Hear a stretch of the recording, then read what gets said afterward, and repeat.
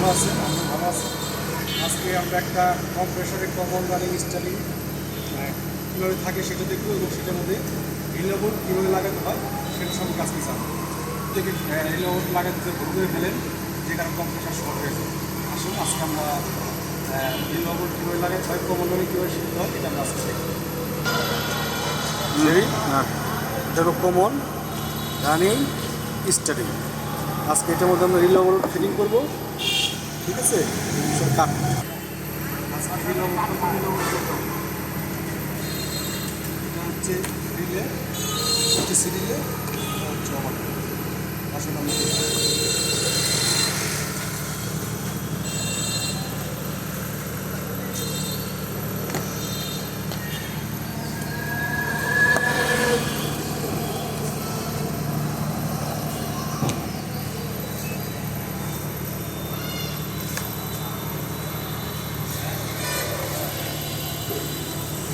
Enter করেছি।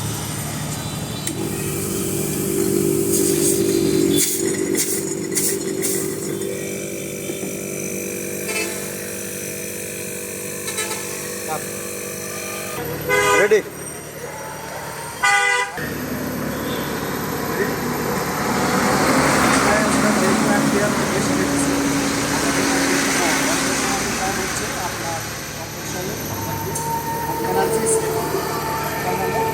ডান।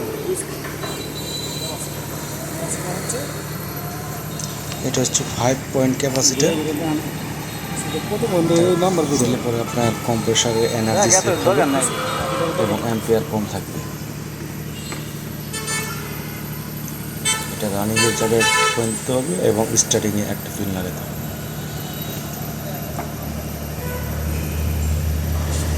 এখন চালু দিব।